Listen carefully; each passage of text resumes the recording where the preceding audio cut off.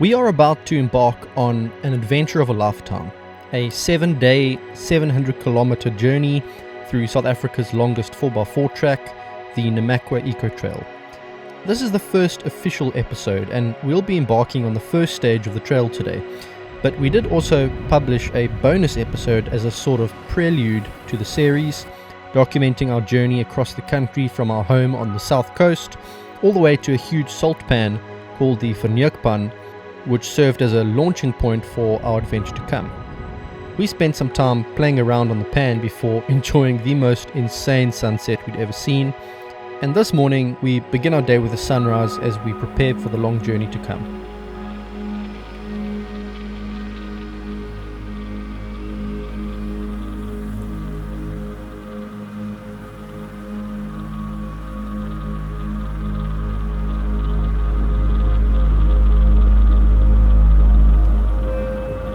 Wow, it's very cold this morning. Should have kind of been expected. It's summer now, but obviously this is high altitude, sort of almost desert.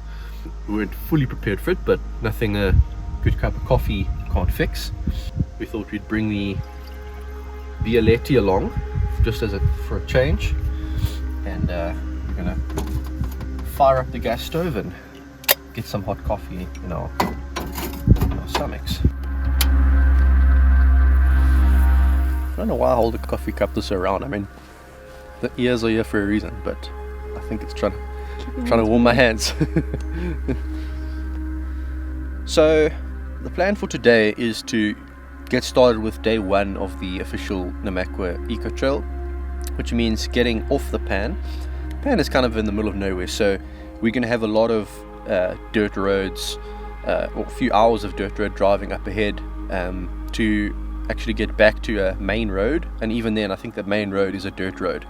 So we're going to be on a dirt road for the next probably a 3.5 hour drive to the town of Pofadder, which literally means puff adder. It's a town that's named after a snake. These are the things you get in the Northern Cape. We'll fill up with fuel there just to be safe, and that 160 liters of fuel from the auxiliary tank and my main tank should be enough to get us through the whole trail without any issues. Most people would have to carry jerry cans. I don't, which is great. Really excited for that. I think heading into a dry mountain desert and then coming across this green oasis of the Orange River and camping right next to it on the border of Namibia is going to be something really special, and just completely isolated once again. So let's get done with this coffee, wait for the sun to rise, and get going as quickly as possible. Wanting to pick up some speed on the way to Pofadder, we bring the tire pressure up slightly and we're good to go.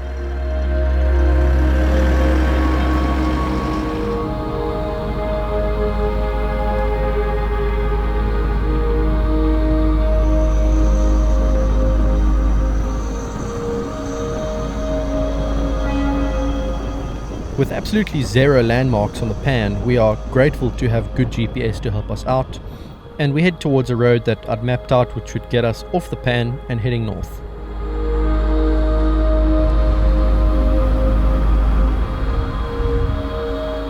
As soon as we climb out of the pan, we find ourselves in very dry, rocky and inhospitable terrain. There isn't much that can survive out here, but the plants and animals that can survive are rather interesting, and Nicole in particular is very excited about the succulents on display. There is also the quiver tree, an absolute icon of the NAMAKWA land. Because we're in such a harsh environment, you don't see a lot of tall trees here, but you can see these guys here which kind of like take over because everything else is like shrubbery. But yeah, these guys here are called quiver trees. Otherwise, what I was taught is they're called dead man walking trees, just because like in this harsh environment, if you're looking in the distance, all you can see is like mirage, and then these guys above them, so they kind of do look like they're like hovering just above the ground, and it would give you the illusion that they would be walking across like the desert. With very little vegetation around, these trees are sometimes used as a place for birds to build nests.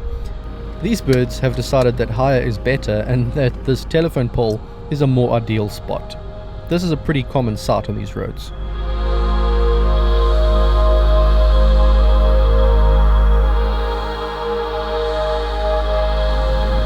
we've got many hours of gravel road today. We've already done, what's it? It's 8 o'clock now, so an hour and a half on the gravel road, and we're only about 1/5 of the way through. It's pretty dangerous actually, because it's rather deceptive. 95%, 99% maybe of the road is super smooth. You could go 100 kilometers per hour very, very safely, but then you get sections where there's pretty bad corrugations. We're going over one of those sections now. You got sections where the road's washed away, and those sections, if you're going at those speeds, you could very easily lose control. So you actually have to be conservative and drive slow, even on the smooth sections, just in case something takes you by surprise. It's mentally draining having to focus so hard on the road the whole time. In hindsight, we probably should have taken a longer tar road around just for safety's sake. But I think as long as we drive relatively slow and stay focused, we should all be good. Slowly but surely we chip away at the long gravel roads, and we make sure to stop every now and again to stretch our legs. At one of our stops we find what looks like a jackal skull. I'm guessing that this one was either hit by a car or shot by a sheep farmer. A quick fuel stop at Pofadder comes and goes. This fuel has got to get us through 7 days of driving, and we turn onto a short tar road that takes us to the start of the trail. Through this gate lies many kilometers and many days of pure wilderness. Here is the elevation profile for day 1 of the route. From the moment we enter the gate, we start descending towards the Orange River Valley, and it's a relatively short and simple drive of only 54 kilometers. The first half an hour or so takes us down towards the old town of Pella, established in 1814 by the London Missionary Society.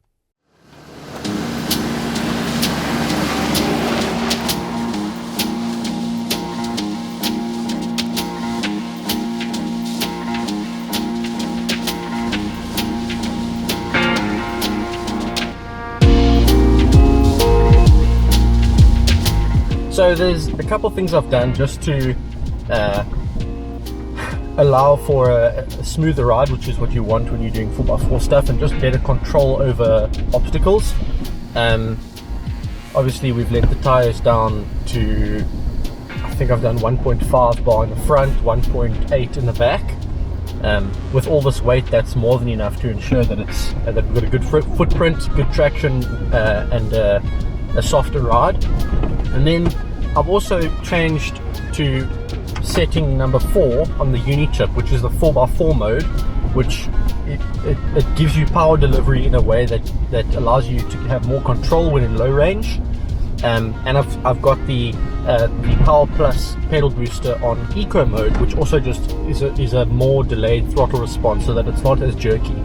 So I can already feel now the ride is way smoother. I'm not jerking around as much, and I think that's going to help a lot. We pass the small town of Pella and head towards the mountains. On the other side, the great Orange River awaits.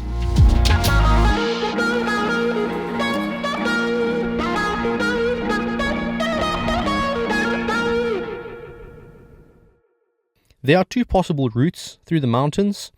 One is through Canyon Pass on the west, and the other is through Charlie's Pass on the east. We have chosen Charlie's Pass, and it isn't long before my bash plate gets a welcoming high five from a boulder.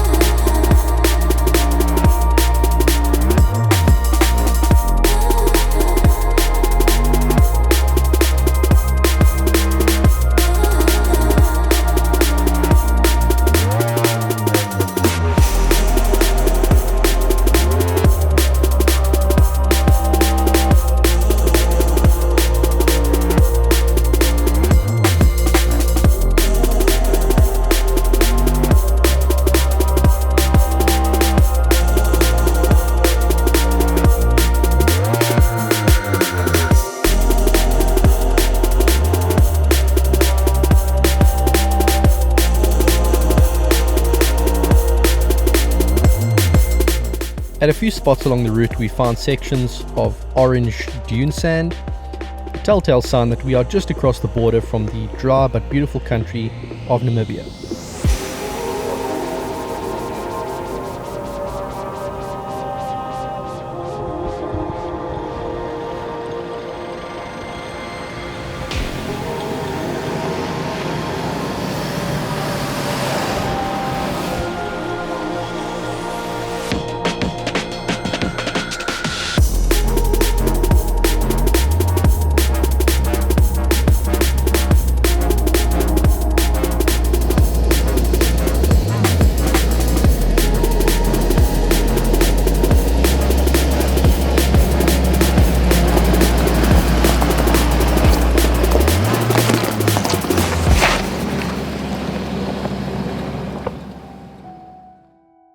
Ah, finally, this is what we came for. The breathtaking Orange River. The artery of life that splits through this dry wilderness. To the north, Namibia, and to the south, South Africa. We will obviously be staying on the southern side for this entire journey, but there's something strange about straddling a border for so long and looking across to another country. The next few hours will take us parallel with the river all the way to our camp spot for the night.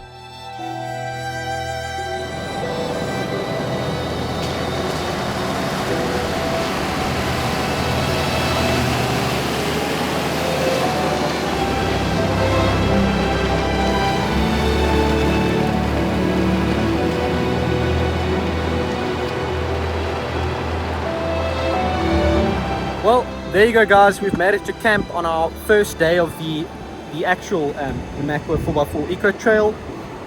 This behind us is the Orange River, and everything on that side of the Orange River is Namibia. That's a different country. You need a passport to go there. Obviously we won't be going there, but we will be spending a lot of time in the river, which I guess is technically the border, and we'll be camping right here. Now, one thing we want to be careful of is, I've seen way too many times people taking chances, parking off and camping right next to a river like this, and then a flash flood comes and washes everything away. It's happened on this river a lot, and the reason, you know, it's blue skies and everything, so it won't be raining here, but if you have rain that happened, let's say yesterday or 2 or 3 days ago, further upriver, and that all comes washing down, then that creates a big problem. So we're probably not going to sleep here. It's a bit too low for my liking, but we will be spending most of the day here, chilling out here, pop open the awning, sit in the shade, have a few beers, go for a swim or two, and we'll see what happens later in the evening. But we've got many hours left in the day, so let's unwind and let's have something nice and cold to drink and get hydrated. But look at that, you can't beat that. No ways. It's nice, eh? So nice. How pretty is this? This view is beautiful.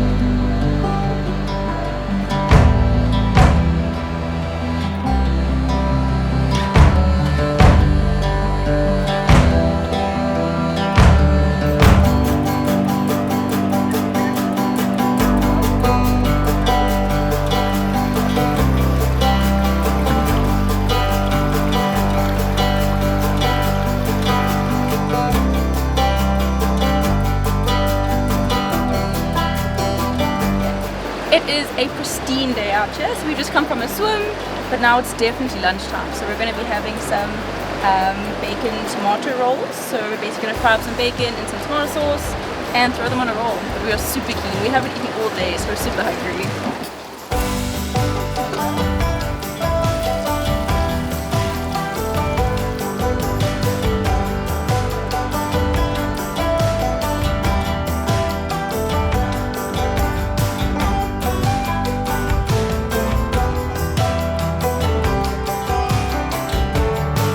The weather has changed pretty quickly and pretty dramatically. It's suddenly very overcast.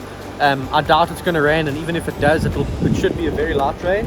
But I'm going to check the weather on my little Garmin InReach Mini. It's a satellite phone. I can request the weather update. It'll give me weather for today and tomorrow for this exact location. I'm just curious to see if we will have rain, but I'm not too worried. When it does rain in this area, it's normally a short thunderstorm and it's over, and that won't really affect the flow of the river either. But it's actually quite nice to have it so cool.